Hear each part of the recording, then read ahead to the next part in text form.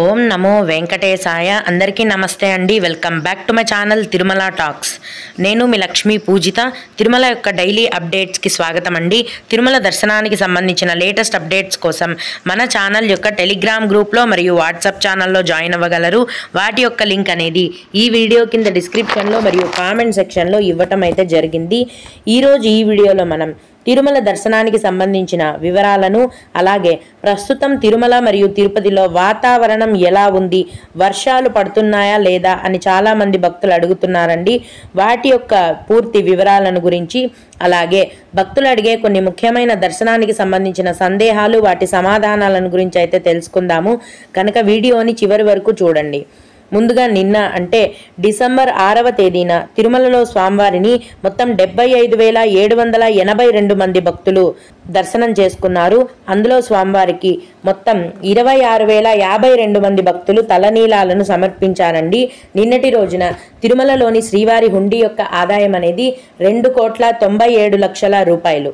ఈరోజు కూడా ఎటువంటి దర్శనం టికెట్లు లేకుండా నేరుగా భక్తులనైతే ఫ్రీ దర్శనానికి అనుమతిస్తున్నారండి. ఈ విధంగా టికెట్స్ లేకుండా నేరుగా వెళ్లే ఫ్రీ దర్శనానికి ఈరోజు దాదాపుగా 8 నుంచి 10 గంటల సమయం పడుతోంది.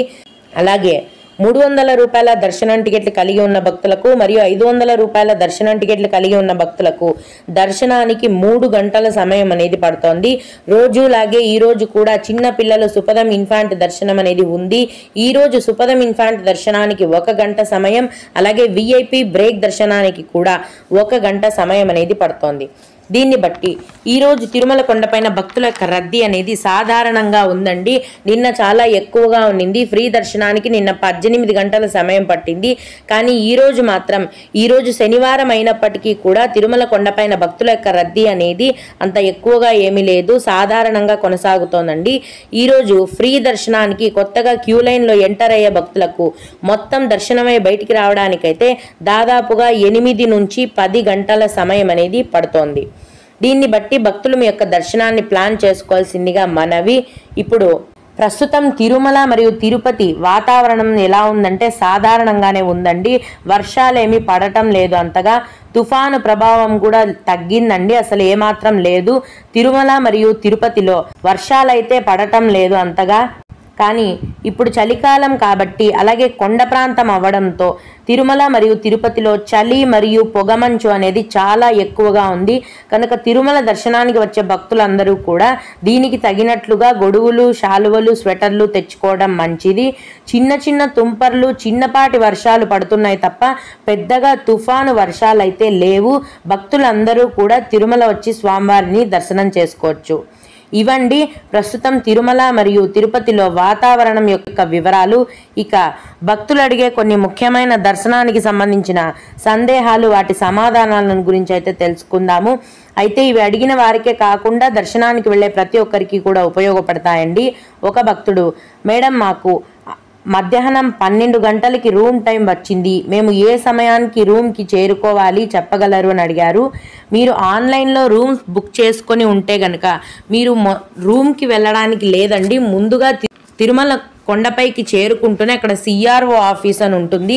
ఆ సిఆర్ఓ ఆఫీస్కి వెళ్ళి మీరు బుక్ చేసుకున్న రూమ్స్ బుకింగ్ కాపీని చూపిస్తే వాళ్ళు స్కాన్ చేస్తారు. అప్పుడు రూమ్స్ యొక్క అడ్రస్ అనేది మీ మొబైల్ నెంబర్కు మెసేజ్ వస్తుంది. అంటే తిరుమల కొండపైన ఏ గెస్ట్ హౌస్లో మీకు రూమ్ వచ్చింది అనేది మెసేజ్ వస్తుంది.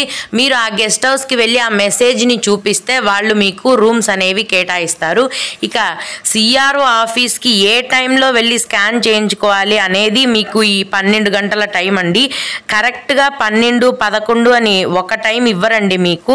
6 to 12 slot, 12 to 6 PM slot అట్లా ఇస్తారు.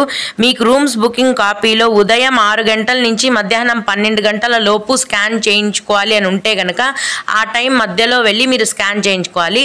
లేదా మధ్యాహ్నం 12 గంటల నుంచి సాయంత్రం 6 గంటల మధ్యలో స్కాన్ చేయించుకోవాలని ఉంటే ఆ టైంకి మీరు తిరుమల కొండపైకి వెళ్ళి సిఆర్ఓ ఆఫీస్లో మీ యొక్క రూమ్స్ బుకింగ్ కాపీని స్కాన్ చేయించుకోవాలి. అలాగే తిరుమలలో ఉదయం 10 నుంచి 11 గంటలకు వెళ్తే శ్రీవాణి టికెట్ దొరుకుతుందా అని అడిగారు. తిరుమల కొండపైన జేఈఓ ఆఫీస్లో ప్రతిరోజు శ్రీవాణి విఐపి బ్రేక్ దర్శనం టికెట్లను ఇస్తారండి. రోజుకు 900 దర్శనం టికెట్లను మాత్రమే ఇస్తారు. అక్కడ ఉదయం 8 గంటల నుంచి శ్రీవాణి విఐపి బ్రేక్ దర్శనం టికెట్లను కేటాయించడం మొదలు పెడతారండి.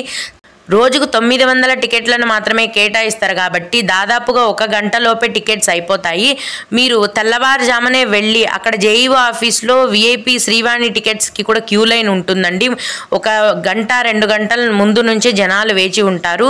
ఉదయం 8 గంటల నుంచి టికెట్స్ ఇస్తారంటే మీరు 7 గంటల నుంచి క్యూ లైన్లో ఉంటే మీకు ఖచ్చితంగా టికెట్లు అనేవి దొరికే అవకాశం ఉంటుంది. 10-11 గంటలకు ఉండకపోవచ్చండి. గంటలోపే దర్శనం టికెట్లన్నీ కూడా ఫుల్ అయిపోతాయి. అలాగే ఇంకొకరు సుప్రభాతం టికెట్ కాస్ట్ ఎంత, అలాగే శ్రీవాణి దర్శనం అయిన మరుసటి రోజే సుప్రభాత దర్శనంకి వెళ్ళవచ్చా అని అడిగారు. సుప్రభాతం సేవ యొక్క కాస్ట్ అనేది ఒకరికి 120 రూపాయలు మాత్రమే అండి. కానీ ఇది స్లాట్ బుకింగ్ లేదండి, నార్మల్ టికెట్ బుకింగ్ కాదు. ప్రతి నెల చివరి వారంలో ఆన్లైన్లో సుప్రభాత సేవకి లక్కీ డిప్ వేస్తారు. అలాగే తిరుమల కొండపైన సిఆర్ఓ ఆఫీస్లో ప్రతిరోజు కూడా సుప్రభాత సేవకి లక్కీ డిప్ వేస్తారు. అందులో మీ పేరు అప్లై చేసుకొని ఒకవేళ మీరు సెలెక్ట్ అయితే అప్పుడు మీకు టికెట్స్ ఇస్తారండి. ఒక టికెట్ 120 రూపాయలు. ఒకవేళ మీరు శ్రీవాణి దర్శనం చేసుకున్న మరుసటి రోజే గనక సుప్రభాత సేవకు సెలెక్ట్ అయితే శ్రీవాణి దర్శనం చేసుకున్న మరుసటి రోజే కూడా మీరు సుప్రభాత సేవకు వెళ్ళొచ్చు. 2 వేరు దర్శనం టికెట్లు కాబట్టి 2 దర్శనాలకు కూడా మీరు వెళ్ళొచ్చు, ఇబ్బంది ఏమీ లేదు. ఓం నమో వెంకటేశాయ. మీకు కూడా ఈ విధంగా ఏమైనా సందేహాలు ఉన్నట్లయితే ఈ వీడియో కింద కామెంట్ సెక్షన్లో తెలియజేయగలరండి. నేను వాటికి ఖచ్చితంగా రిప్లై ఇవ్వడానికైతే ప్రయత్నిస్తాను. ఇవి ఇవాల్టి తిరుమల అప్డేట్స్. ఇలాంటి మరిన్ని వీడియోల కోసం నా ఛానల్ని సబ్స్క్రైబ్ చేసుకోండి. ఈ వీడియోని లైక్ చేసి షేర్ చేయగలరు. ఓం నమో వెంకటేశాయ.